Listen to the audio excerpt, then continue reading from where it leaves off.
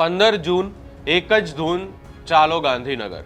ખેડૂતોની વાત હવે સીધી છે અને ખેડૂતો એમની છેલ્લી લડાઈ લડવાના મૂડમાં છે.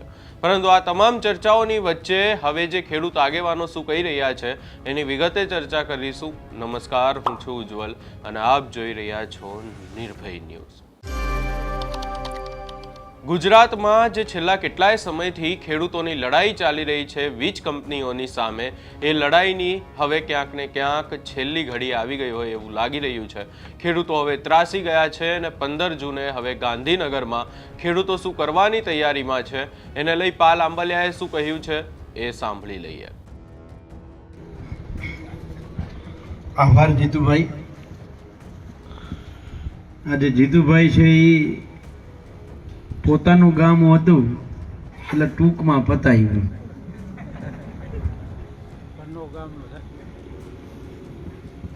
પણ મિત્રો, તમારા ગામે ગર્વ લેવા જેવી બાબત છે અને ટંકારા તાલુકાએ ગર્વ લેવા જેવી બાબત છે. કિશોરભાઈ, જીતુભાઈ અને મહેશભાઈની ત્રિપુટી ટંકારાને મળી છે.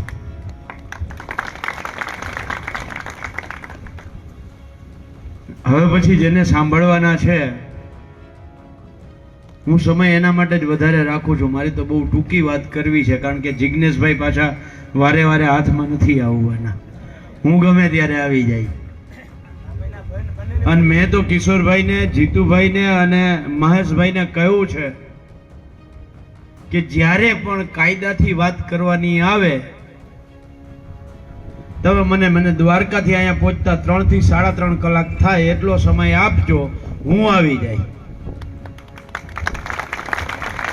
અને રાસંગપર ગામમાં જ્યારે બન્યું નરેન્દ્રભાઈને, ત્યાં બપોરે 11:30 જિજ્ઞેશભાઈ હું ઘરે જમતો હતો, મહેશભાઈનો ફોન આવ્યો, પાલભાઈ 3 વાગે કલેક્ટરે બોલાવ્યા છે ને અદાણીના માણસો હશે એટલે તમારી જરૂર ફરજિયાત છે. અને હું 2:45 વાગે મોરબી કલેક્ટરની સામે હતો. એટલે જ્યારે જરૂર પડે ત્યારે આવવાની તૈયારી છે. જિજ્ઞેશભાઈ વડગામથી અહીંયા આવે તો 6-7 કલાકનો રસ્તો થાય, પણ હું તો નજીક છે, ગોફણીઓ ઘા કરી પહોંચી જાય એમ છે.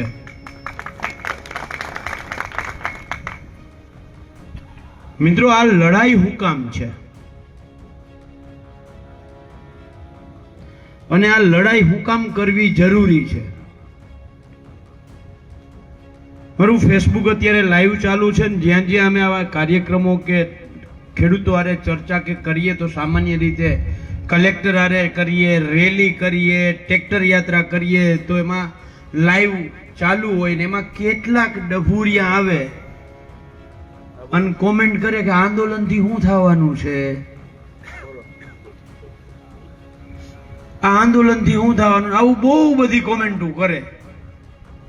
મારે એને એ કહેવું છે કે 2014-15માં જે ખોટી જમીન માપણી થઈ અને મોરબી જિલ્લાના માત્ર 4 જ ગામ એમાં ભોગ બન્યા, બાકીના બધા ગામ બચી ગયા નહીં, અમારા આંદોલનના કારણે બચ્યા. આ આંદોલનનો ફાયદો છે.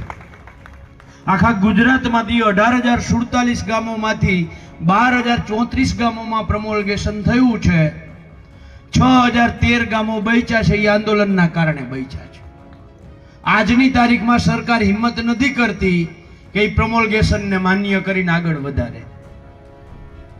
અને ખોટી માપણી થઈ હોત તો તમારે જ અહીંયા ક્યાં ગામમાં હમણાં થયું, કાકા ભત્રીજાને ભાઈઓ વચ્ચે હેઠા પાડોશી વચ્ચે 2 મર્ડર થયા આ જમીન માપણીના કારણે. જો અમે લડાઈ ના કરી હોત તો ઘેડ વિસ્તારમાં 1500 કરોડ રૂપિયા મંજૂર ના થયા હોત. પાક વીમો તો તમને યાદ છે ને, બાજુમાં ધાંગધ્રાના આપણા ખેડૂત આગેવાન રતનસિંહ ડોડિયાએ કાયદાકીય તમામ માહિતી ઓલી લડાઈ તો કરી છે અને એમાંથી પાક વીમો નાનો મોટો મળ્યો, પણ ગુજરાત હાઈકોર્ટમાં લડાઈ કરી અને આજે ગર્વ સાથે અમે કહીએ છીએ કે 10,000 કરોડ રૂપિયા ગુજરાત હાઈકોર્ટના હુકમથી ખેડૂતને અપાવ્યા છે. આ આંદોલનનો ફાયદો છે. અને કેટલાક એમ કહે છે કે અગાઉ નેતાજી હતા એ પોતાનું ઘર ભરીને વયા ગયા, તમે એ જ કર્યું. ભાઈ ઈ કરવું હોત તો આ કંપનીઓએ 10,000 કરોડ રૂપિયા ખેડૂતોને દેવા પડ્યા, તો અમને ઓફર નહીં કરી હોય. એનો 1% દીધો હોત તો કેટલા થાત? હે 3-4 ધારાસભ્ય ખરીદાઈ જાય એટલા. નથી ગયા, નથી લીધા, લઈડા, ખેડૂતને દેવરાવ્યા. અને એની સામે પાછો ખેડૂત આગળથી 1 રૂપિયો નથી લીધો કે તમારે વકીલની ફી ના દેવાના છે. આ લડાઈ કરીએ છીએ, પણ ક્યાં સુધી આમ એકલા દિવાલમાં હાથ પછાડ્યા રાખ્યું? અહીં વડીલ બેઠા છે 65-70 વર્ષના, 75 વર્ષના, અને એનાય વડવાઓ કહીને ગયા છે તાળી એક હાથે ના પડે. હું મહેશભાઈ, જિજ્ઞેશભાઈ, જીતુભાઈ, કિશોરભાઈ, લાલજીભાઈ, રતનસિંહ, અમે બધા એક હાથ લઈને નીકળ્યા છીએ. જો સામે ખેડૂતોથી હાથ મળે અને 2 હાથ થાય ને તાળી પડે તો તમારી પાસેથી આજે સામે એક હાથ માગવા આવ્યા છીએ. એકલા હાથે તાળી પડે, બીજા હાથની જરૂર પડે ને, તો અમે અહીંયાથી ગમે એટલી રાડું દઈએ પણ તમને પીડા અંદરથી ઊભી ના થાય. તમારી માપણી ખોટી કરી નાખે, તમને કંઈ ફેર ના પડે. તમારા હકનો 35,000 કરોડનો પાક વીમો કંપનીઓ લઈ જાય, તમને કંઈ ફેર ના પડે. ટેકામાં 3 દી ટ્રેક્ટર લઈને સામે ઊભા રહીએ અને ચોથે દી વારો આવે તા કે આમાં હવા 2 આવવી જોઈએ એની જગ્યાએ 3 આવે, તમારી માંડવી રિજેક્ટ, તમને ફેર ના પડે. ખાતરમાં ભેગું ફરજિયાત નેનો બટકાવે, ફેર ના પડે.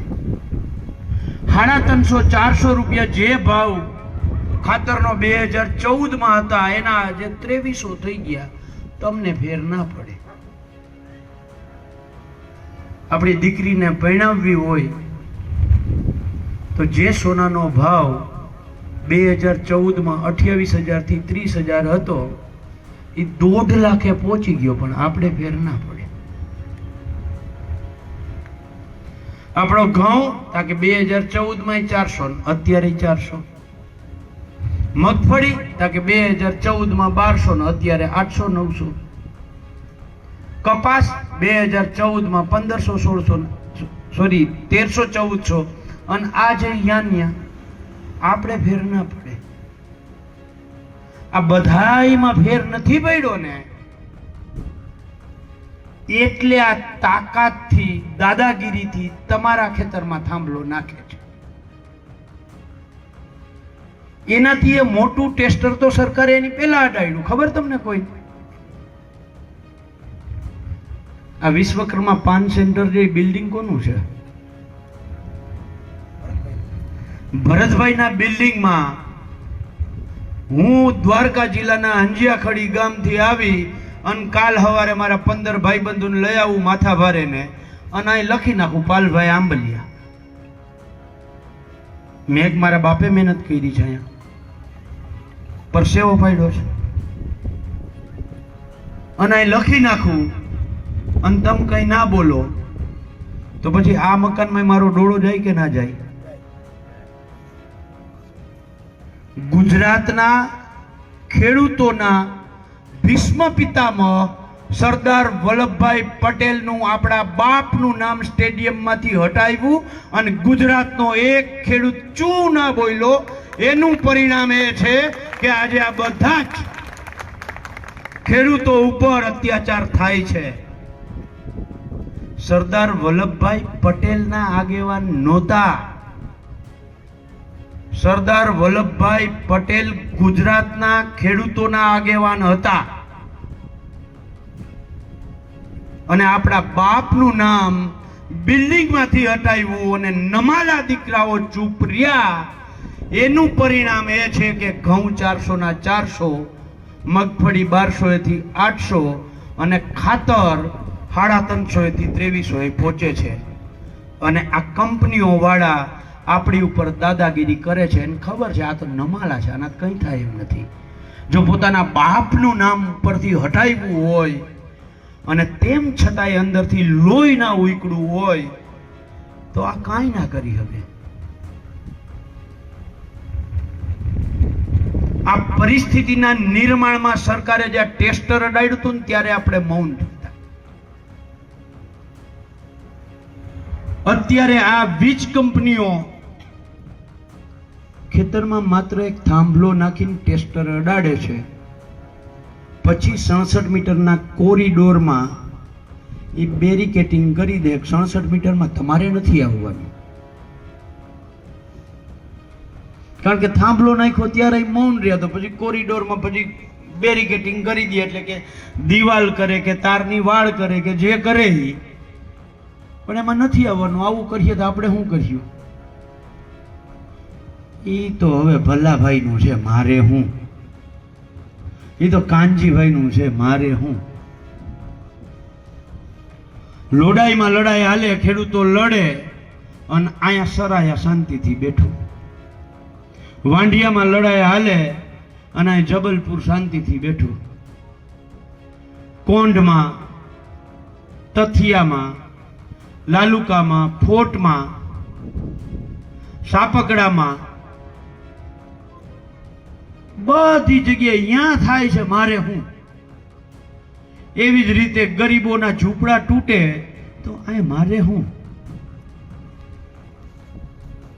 દલિતોને કોક મારે તો મારે હું? માઇનોરિટીને કોક લિંચિંગ કરે, મારે હું? આ જે વાત રહી છે, ભારતના કોઈ એક નાગરિકને તકલીફ પડે ને આપણે જે મૌન રહ્યા છીએ ને એનું આ પરિણામ છે. ક્યાં સુધી આપણે મૌન રહેવું છે? કેટલું સહન કરવું છે? અને આ જ રીતે સહન કરતા રહ્યા તો આવનારી પેઢી એમ કહેશે કે અમારી આગલી પેઢીઓ નમાલી હતી એટલે અમે ગુલામ થયા છીએ. આમ લાગતું નથી કે લડાઈ કરવી જોઈએ? લાગતું નથી કે અહીંયા બેઠેલા લગભગ 600-700 લોકો છે, આમ તો વધારે, આમ લાંબુ થઈ ગયું, 1000 હશે કદાચ.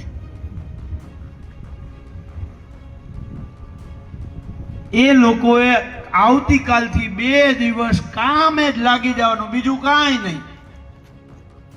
15મી તારીખે ફરજિયાત ગાંધીનગર આવવાનું છે. આ રીતે સમજાવવાનું ચાલુ કરો. ટ્રેક્ટર લઈને આવવાનું છે, આ રીતે સમજાવવાનું ચાલુ કરો.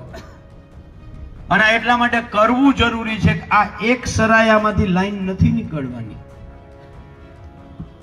આ લાઈન બાબતે જ્યારે ચૂંટણી પહેલા અમે આટા મારતા હતા ત્યારે હું કહેતો હતો કે બીજી લાઈનો આવવાની છે. ત્યારે 2 જ લાઈનો હતી આ બાજુના વિસ્તારમાં.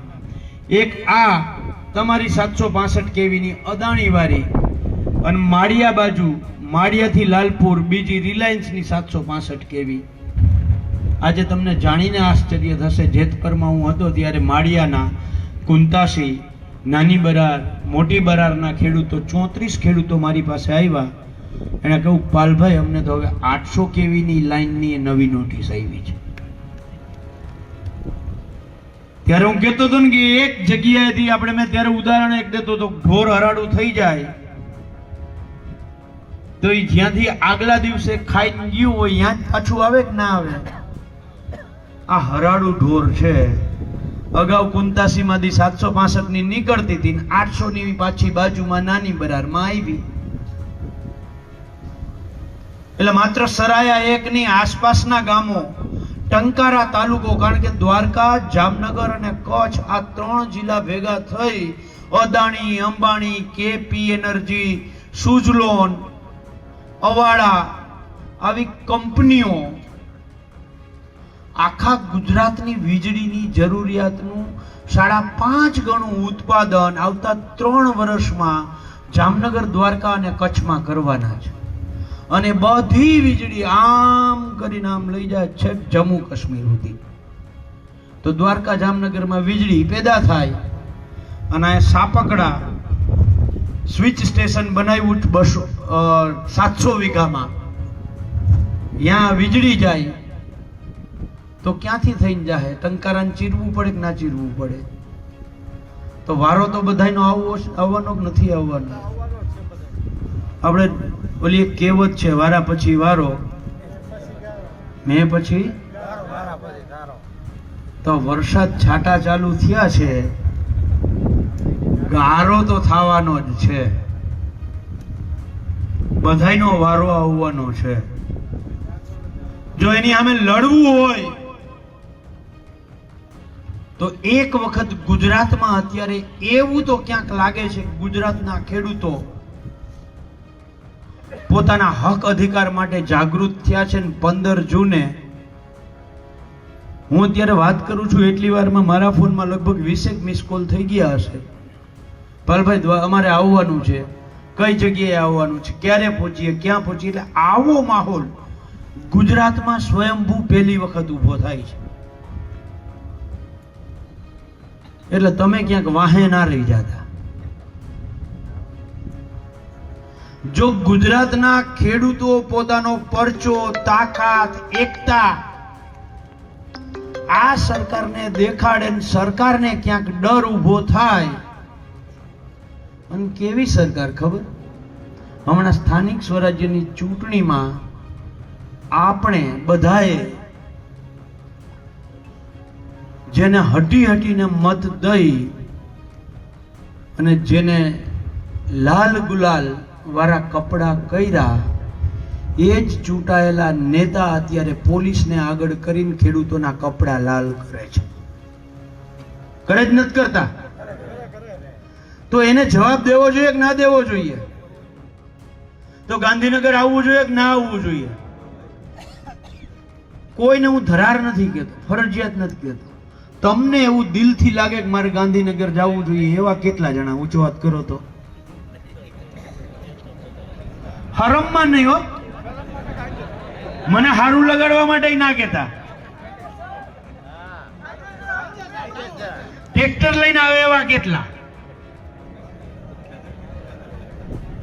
આ હારું લગાડવા નથી કહેતા ને. હું તમને એક મજાની વાત કરું હારું લગાડવા વાળી. એક દી નરેન્દ્રભાઈ ને એવું ઈચ્છા થઈ કે મારે તો ડાયરો બોલાવવો છે ને કલાકારને બોલાવવા છે ને એને કલાકારને બોલાવ્યા. એક મારા જેવો કલાકાર રહે તે હટી હટીને નરેન્દ્રભાઈના વખાણ કરે.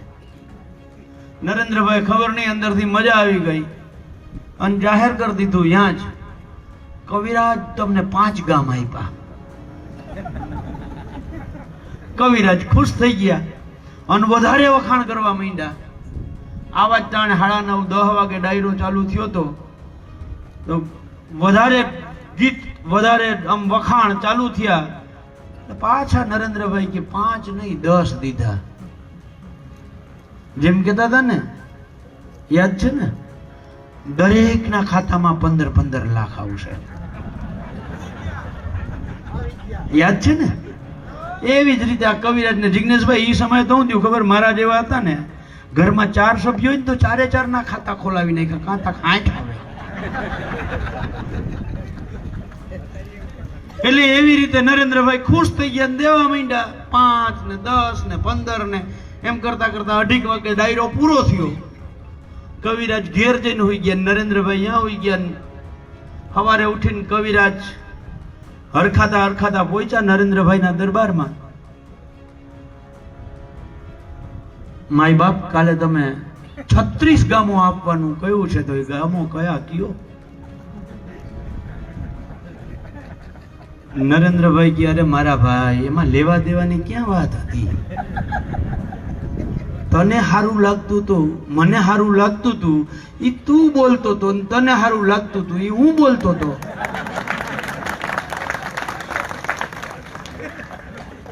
આમાં ક્યાં લેવા દેવાની વાત છે?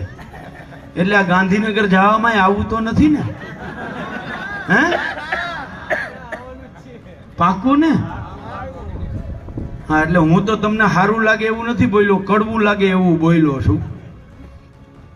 એટલે આશા રાખું કે આપણે બધાય ગુજરાતમાં એક શાંતિથી ગાંધી ચિંધ્યા માર્ગે અહિંસક રીતે ટ્રેક્ટર લઈને આપણે જઈએ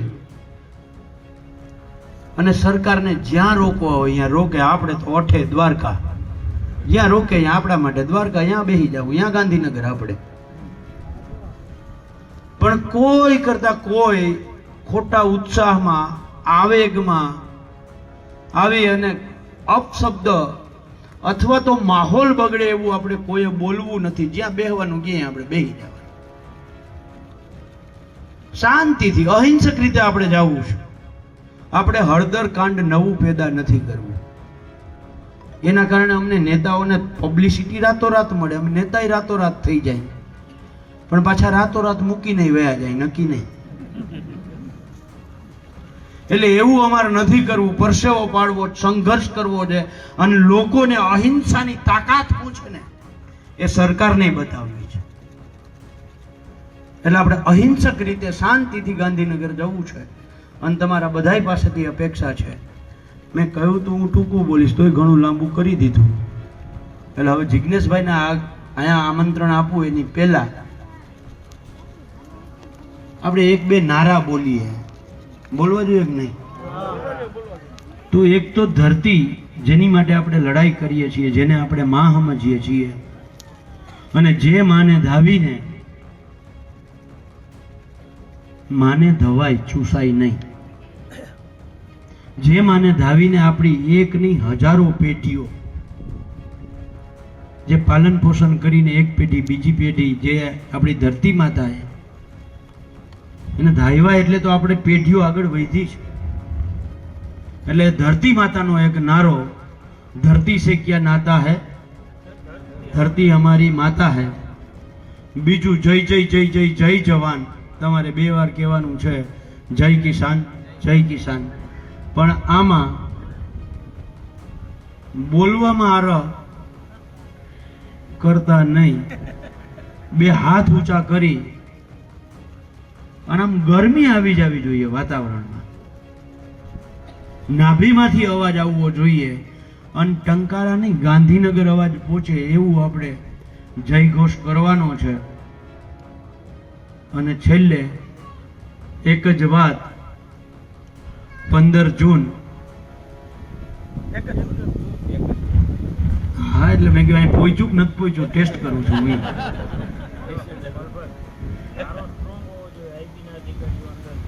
તો આઈબી તો હોય, આઈબી તો છે જ દરેક જગ્યાએ, જ્યાં જઈને અમારી મોર આઈબી પહોંચી જાય.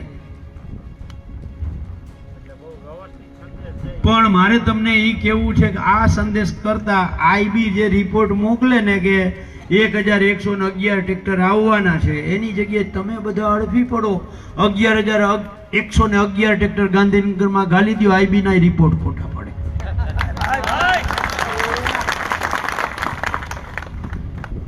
અને ટ્રેક્ટર ના હોય એમનેમ પહોંચો, સરકાર રોકે તો સરકારી વાહનમાં બેસી જાઓ, એસટી બસમાં બેહો, ટ્રેનમાં બેહો, ખાનગી બસોમાં બેહો, કોઈ પણ રીતે 15 જૂને ગાંધીનગર પહોંચો.